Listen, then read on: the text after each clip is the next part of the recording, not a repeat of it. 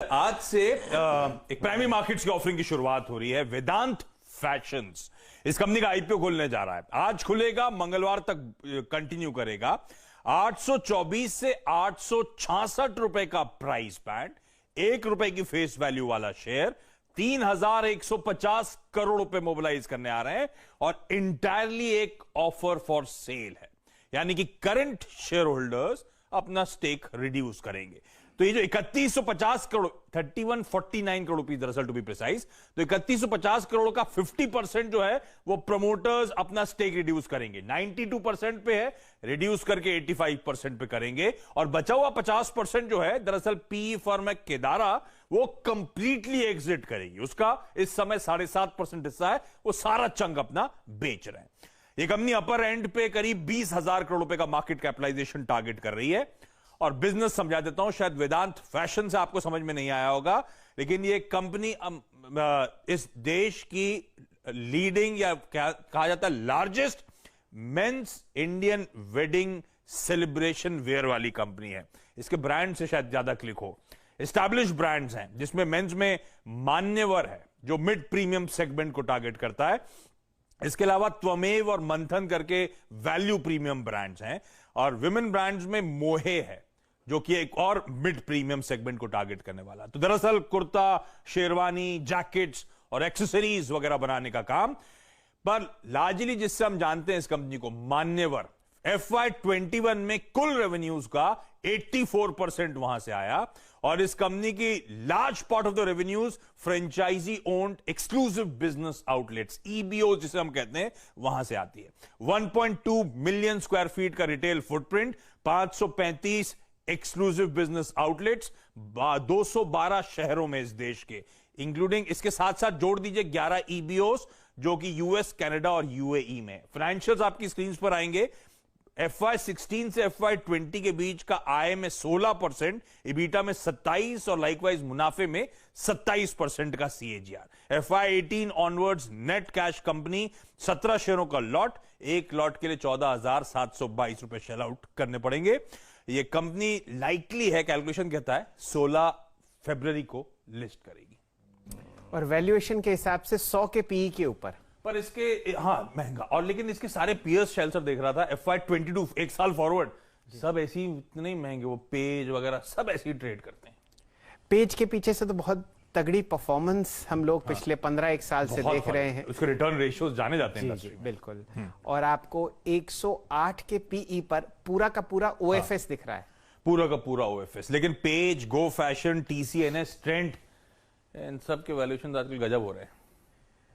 और रेवेन्यू जो है, अगर आप FY22 का जो 6 महीने का रेवेन्यू है उसे डबल कर दें तो वो आता है लगभग 720 करोड़, मुकाबले जो आपने पीक रेवेन्यू देखा था FY20 का 916 करोड़।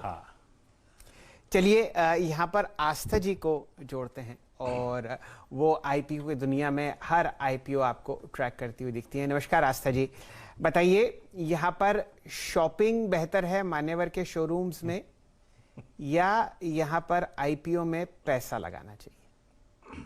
Good morning Shailendra ji, Ashish ji, Virendra ji. देखा जाए तो शॉपिंग तो बिल्कुल मान्यवर के शोरूम से अच्छी ही है, स्पेशली मेंस वियर की अगर हम बात करें।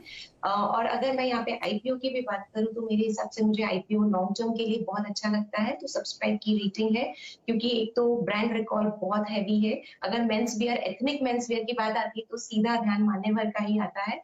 तो वहां पे कंपनी का असेट लाइट मॉडल है, क्योंकि ये पूरा EBOs, MBOs के थ्रू ये लोग पूरा अपना सोर्सिंग करते हैं, प्लस फ्रेंचाइजी मॉडल भी बहुत सॉलिड है। और फाइनेंशियल्स की बात करें तो शैलेंद्र जी, जो एक चीज मैंने देखी है, इनके जो ग्रॉस मार्जिन्स हैं वो इंडस्ट्री लीडिंग है, क्योंकि मोर देन 60% ये ग्रॉस मार्जिन्स पे काम करते हैं। ऑपरेटिंग मार्जिन्स भी 40% से ज्यादा है। 2021 जो कि एक कोविड ईयर था, वहां पे भी इन्होंने मार्जिन्स 40% से ज्यादा ऑपरेटिंग मार्जिन्स दिखाए हैं, जो कि शायद जो हम कंपेयर कर रहे हैं अदर प्लेयर्स उनसे काफी आगे है। तो इन सभी पैरामीटर्स पे कंपनी फंडामेंटली बहुत स्ट्रॉन्ग है। लेकिन बात आती है वैल्यूएशंस की।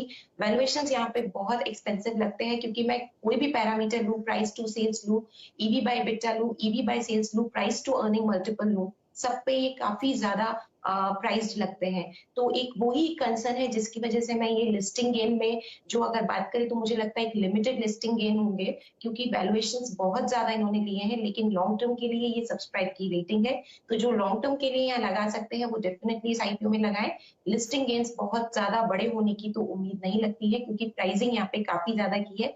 लेकिन आगे जाते हुए अगर फ्यूचर फोरकास्टिंग अच्छी रही तो मार्केट हो सकता है इसको थोड़ा वैल्यूएशंस और ज्यादा दे दे लिस्टिंग के दिन, और उसे नहीं मद्देनजर रखते हुए, लॉन्ग टर्म को मद्देनजर रखते हुए तो डेफिनेटली यहाँ पे सब्सक्राइब किया जाना चाहिए। जी, आस्था जी आप जरा हमारे साथ जुड़ी रहिए। जब आपने आशीष जी यहाँ पर चर्चा शुरू करी, ये branded Indian wedding where brand की चर्चा हुई। अब ध्यान दीजिए, जो शादियों का तारा होता है वो पूरे साल नहीं रहता, तो इनके जी हाँ, तो इनके जो रेवेन्यूज होंगे वो लंपी होंगे। यानी कि समझिए ज़्यादातर सेल्स आपको आती हुई दिखेंगी एक स्पेसिफिक तिमाही में, जब आपको शादियां ज़्यादा दिखती हैं भारतवर्ष में, तो मेरे ख्याल से वो भी एक ओवरराइडिंग फैक्टर होगा। और इस वक्त आप देखिए बाजार ज़रा असमतल है, और यहाँ पर आप OFS ला रहे हैं पूरा, वैल्यूएशन जो आस्था जी कह रही हैं कि वो ऊपरी लेवल पर हैं, तो आप खुद ही अक्लमंद हैं और सोच समझकर आप यहाँ पर निवेश कीजिए।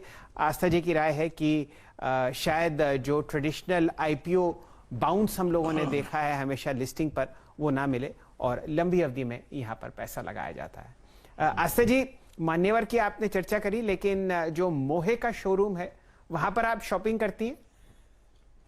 हाँ, आपको सुन के सरप्राइज होगा शायद जी, मैं मान्यवर से ज्यादा शॉपिंग करती हूँ मेरे फादर के लिए, मेरे हस्बैंड के लिए, मोहे से नहीं। और एक यही चीज मैं आपको बताती हूँ कि वुमेन्स वेयर में बहुत यहाँ पे ब्रांड्स हैं, सब्यसाची है और दूसरे ऋतु कुमार, काफी सारे ब्रांड्स हैं, और विमेन के पास टाइम होता है कि वो जाके इतना कुछ खंगाल लें। लेकिन मेंस वेयर की अगर बात आती है तो जो है वो मोहे जाते होंगे ना आपके लिए।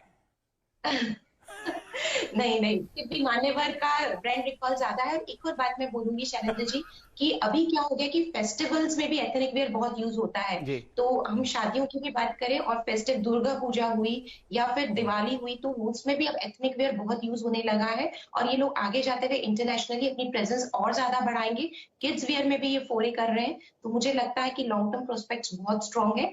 लिस्टिंग गेन्स की थोड़ी यहाँ पे गारंटी कम है, मुझे लगता है छोटे मोटे लिस्टिंग गेन्स ही हो सकते हैं, तो वहां पे उम्मीद कम रखें, लेकिन बढ़िया लगता है लॉन्ग टर्म के लिए। तो जैन साहब का क्रेडिट कार्ड जाता है सब्यसाची और ऋतु कुमार जी के शोरूम में आस्था जी के साथ। सोचिए और समझिए। आस्था जी, मैं गलत तो नहीं कह रहा?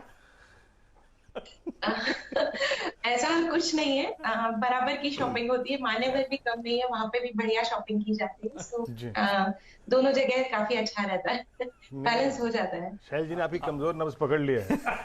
मैं सोच रहा ये जैन साहब कहाँ से आ गए एकदम से। ना मान्यवर ना कुछ भी, जैन साहब कहाँ से आ गए। खैर शैल जी, सलाम है आपको। मैं हर चीज बहुत बारीकी से सुनता हूँ और जो नहीं कहा जाता उसको ज्यादा सुनता हूँ।